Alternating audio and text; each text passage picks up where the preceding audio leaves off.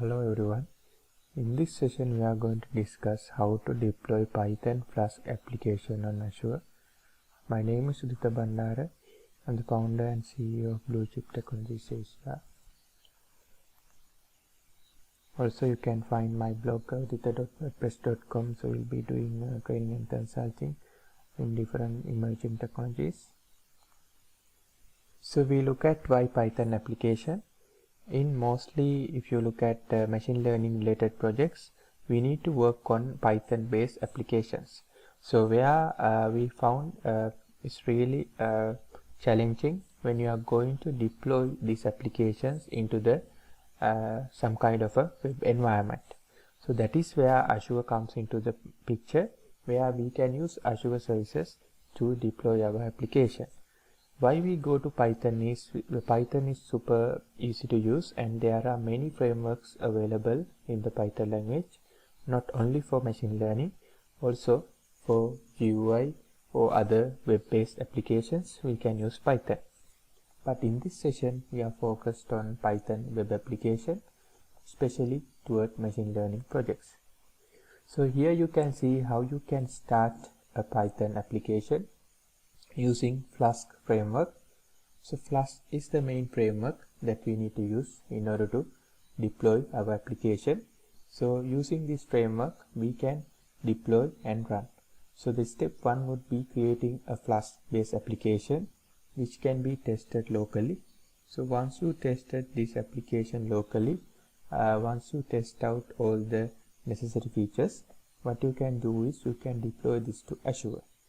So there are many tools available in the Azure platform that we can deploy this application. Also, in order to set up DevOps, we can use the GitHub environment. Using GitHub workflows, we can set up the DevOps pipeline and we can deploy this application. So in order to set up this Python in our environment, we need to write or execute these commands. For example, we need to create a virtual environment. And then in that virtual environment we can install the Flask framework, and we can set the environment variables, and then we can set to our local Git, and then we can run our application. There are a couple of different ways to run the application, so I will demonstrate in the demo part how we can run these applications. So using that different techniques we can run and test out this application. So first we can test out this Python application in the local environment, which is running in the local host. Once you test that out, we can deploy it and we can test in the cloud environment. So here you can see once you hosted our application, where we can use app service to host our application. So your application will be hosted in app service environment.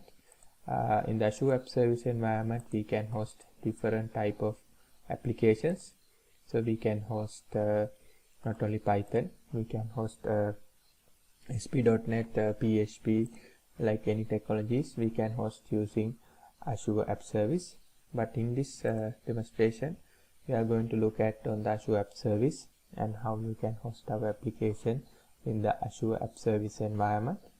Because Python is supporting on the Azure App Service environment, and also we can set up DevOps setup and configurations using the GitHub development environment.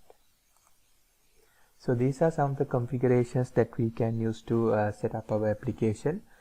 So here we can give a domain, a subdomain name of our website.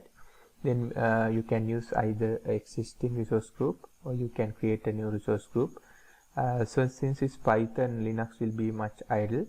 Then you can select based on the Python version that we are using. You can select what is the runtime stack that you are using, the language and the runtime Python environment. Then here we can set up some deployment option. So here you can see there are a couple of different deployment options are available. So we can use Azure Repos, or we can use GitHub. Even we can use services like Bitbucket, where we can use to deploy our application, and we can maintain our repositories and the source control from those different technologies. So first I will demonstrate our local application. So we have in this folder our local application. So in this application you can see we have couple of folders. So this is a standard Flask application. So here we have a static folder which containing things like HTML, CSS, fonts, the standard scripts. Then we have the another folder, template folder, which containing the code base for the UI and the web page. But if you go to index.html, you can see it's not representing as a standard HTML, where in the Flask framework we can represent some of the code coming from the Python code, right? So based on the what you are going to implement, we can set up some Python based implementations in this code. So you can see there are a couple of sections here like this. There are a couple of guidelines when you are building this Python code base into the HTML. So that means you cannot run this just like HTML, even though the file extension is HTML. This is tightly integrated with the Python Flask framework. So that is one thing you need to see. So here you can see we have init and view.py, that is a Python file. So in this Python file you can see we have the Flask framework, right? Then we are going to import the app and we can set up some path. So here we can set up the home, contact page, about page, things like that, where we can set this path. Then the initialization page. So initialization page just to initialize our application, how you can use our application. Then finally we have the app.py. So this will be the starting point of the application, app.py, where we can set up the host and the port number. We can change the port number here if you want to run this in a different port. So in the Python Flask application, we need to set up the server information. Also we need to set up the HTML and the relevant code base that's going to associate with the particular environment. So it can be a machine learning project or it could be a web-based project, doesn't matter. So in this case it's just like a UI project. There's no machine learning component in this project, but we can incorporate a model and machine learning part into this particular project. So let's see how to run this locally. So what you can do is you can cd into this location like this in CMD.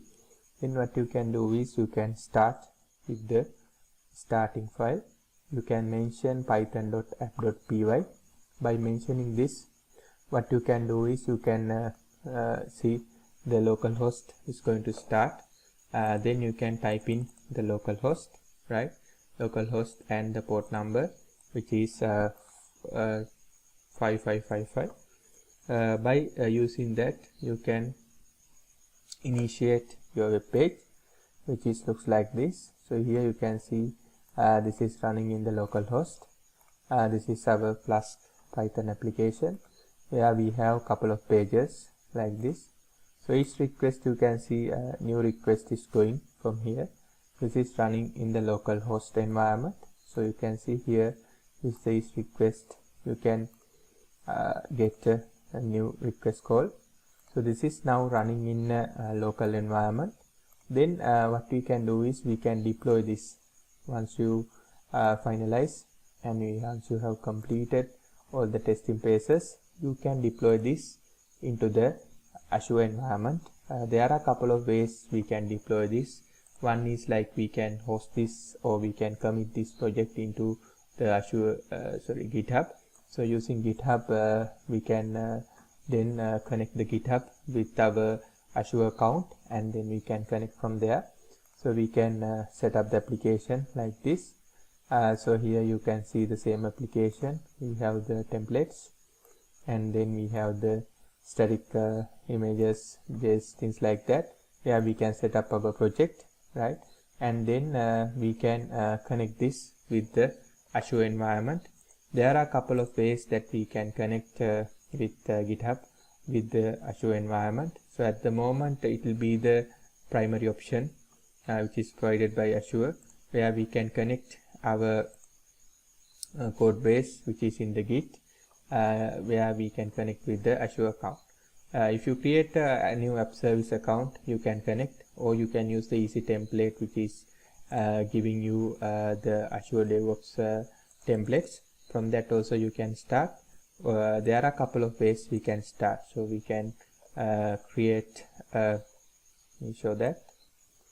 So we can create app service one. So you can go to and create a new app service, right? Azure Web App,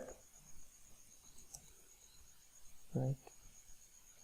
So we can create a new web app, right? So in that, what you can create is create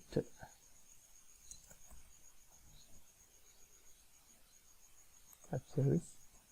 So here you can see we can create a new one. So when you are creating from this, it will ask the options like your the website name, what is the runtime stack, right? So you can see there are a couple of stacks. So here you can see at the moment it's supporting for 3.9 version of the Python as well. That is still at the early stage, where we can create our resource group, and we can, if you want, you can publish to containerizations as well. Otherwise we can publish to Docker, right? Then in the deployment size, we can set up like continuous deployment, where we can set up with the GitHub. And since I think I select, let me select the runtime. Okay, so now if you go to here, so you can see I can now connect my GitHub and my repository. So what is my repository name? So here you can see my repository name is Flask demo. So here you can select the Flask demo, right? So like this, then if there's any branches, you can select that, and like this you can incorporate your application, your Git application into that. Then if you need any monitoring related services, you can enable that. Things like application insight, using that you can enable some monitoring techniques, right? So like that you can create your application by selecting the code, Python, region, resource group, and then in the deployment you can set your GitHub account details, and of course you need to authorize this. Very for the first time it may ask you the question like to authorize, because you know Azure is a different account, your GitHub is different account, and you may have multiple GitHub accounts. Then in that case you need to authorize which one is connecting to GitHub and the Azure, right? You might have the same account that connecting to both, but in some cases, because you know you can maintain a separate GitHub account with a separate email, and you can also maintain a separate Azure account. So that's why they ask to incorporate both. So in some cases can be the same account, but in majority of the time it will be mostly two different accounts. So that's why they ask to authorize. And then here also you can see there's option to change the account as well, which is giving you some more flexibility also to have different accounts, right? So with these options I have already created this, so I will skip that option, where you can see if you go to app services, I have created with those options the Flask demo, right? So like this, where you can see it's running, and I can browse the application like this. Like this, I can browse the application. So it's connected to the GitHub, and also you can see the request data in data outs and the deployment plans and deployment centers. So I have already connected this with GitHub, so I can easily continue my developments on the GitHub, and then I can integrate it to here, right? So here you can see this is very much like the application we have tested initially in our desktop environment. Then we have uploaded into GitHub and we connected that, and then GitHub have this mechanism called GitHub workflow. With that we can set up DevOps operations also, where we can build and deploy this operation, and using GitHub workflow we can do some changes as well, right? So in the next step, we look at like what kind of changes that we can do. Let's try to change some text and see whether it's going to reflect in the final output using this methodology. So what we have did so far, just to recap, we have created a Python Flask application. We have tested out that code in a local environment, which is a desktop based environment. Then we have put that in the GitHub, and then we connected GitHub with Azure account, and then we have set up that account. So once you set up that account, we can go through and see what kind of modifications or version changes. Let's say I want to add new feature into this, I want to add a new page into this, then what kind of options that we can take, right? So you can set up all this, and once you configure all this, it will be much more easier to maintain. So it's very much like maintaining any kind of a web application, but in this case you will be maintaining a Flask based Python application, where let's go to the GitHub. So in the GitHub you can see you have this Flask demo. Then here you can see it's added this GitHub workflow YAML. So in here you can see all the options, the Flask demo and the locations that is created, and the jobs and other relevant configurations associated to that. So you will having this YAML file. Using this file you have all the configurations pipeline set up from here. And now what you can do is you can try to make some changes in the code, right? You can do some changes. Let's go to index, right? Then you can see this is our index page, right? Successfully set up, right? Like this. So let me edit this page.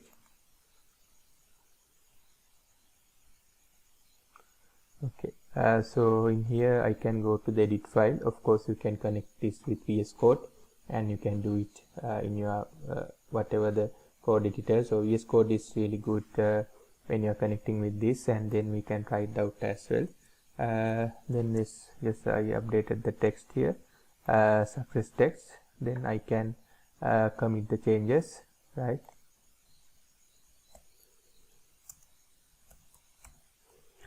Then I can commit the changes. So once you commit the changes, you can see there's a new trigger point here, where you can see it's going to here, which is the GitHub this data setup pipeline, right? So in the pipeline you can see it's now going through all these operations, right? So with this the GitHub actions, you can see where it will going through these operations. So at this code we have only did the change for the text, we did the change for the simple text, but you can let's say if it's a machine learning project, you can do some changes in the model, and you can add some additional behaviors for the UI, and then you can update that code maybe from local Git to the GitHub, doesn't matter. Then once you do that, you can see it's again checking this. But let's say for example if you are installing some dependencies, so if you install some additional Python package, then you need to add that. Then based on that it will going to update the Python dependency, because you know Python and Anaconda environment containing a lot of dependencies, right? Then we can add that, and it's going to deploy and update the code based on that, right? So here you can see this is automated process where based on the code update it's going to automatically do a couple of operations. It's going to do the build process, it's going to compile and build, and then it's going to check all the validation checks of the services.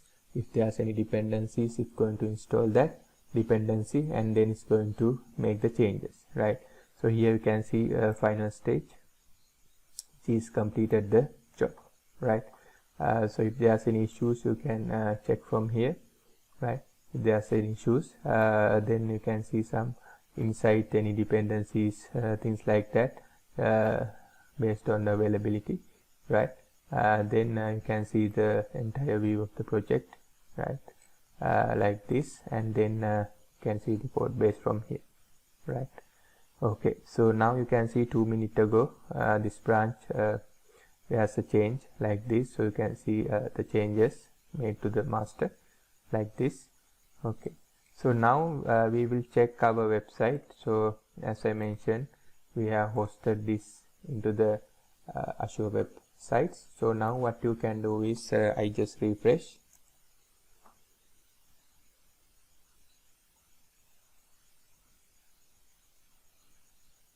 Right, so you can see here.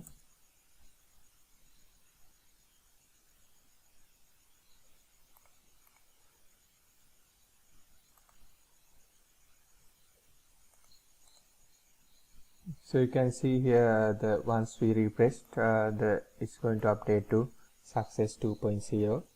So here you can see how easy it is to set up all this and reflect these things in the final setup. So the developers can then collaborate with these different deployments, and then easily we can see that output in the final setup, right? So here you can see all the configurations associated with that in the Azure App Service, and you can manage it from there. So once you connect with the GitHub and the GitHub Actions, it automatically do all this setup, and you can easily manage your Azure and the Python Flask applications using all these different services. So you have seen the couple of options. So GitHub is only one option. We have a look at the GitHub option, but addition to that we can also use the Azure repos, Bitbucket or local Git, or any custom internal configurations or version services if you are having, you can set up from that as well. So Azure support all these deployment options. And also in the Azure ML also we have a separate ML based model based deployment. It's called MLOps. So you can use either option. This option also much more easier because we can set up our all the project together, and then we can directly connect to here. But in MLOps you have some additional options like maintaining the model and the model versions and version controlling and all that. We have discussed that in a previous session. So in this session what we focused is the how you can work on the Python application, Flask based application, which can be a machine learning project or which can be a website as well, maybe a e-commerce website, things like that. So it can be a different type of applications. Then here you can see once finally all the things are updated, we can build and deploy.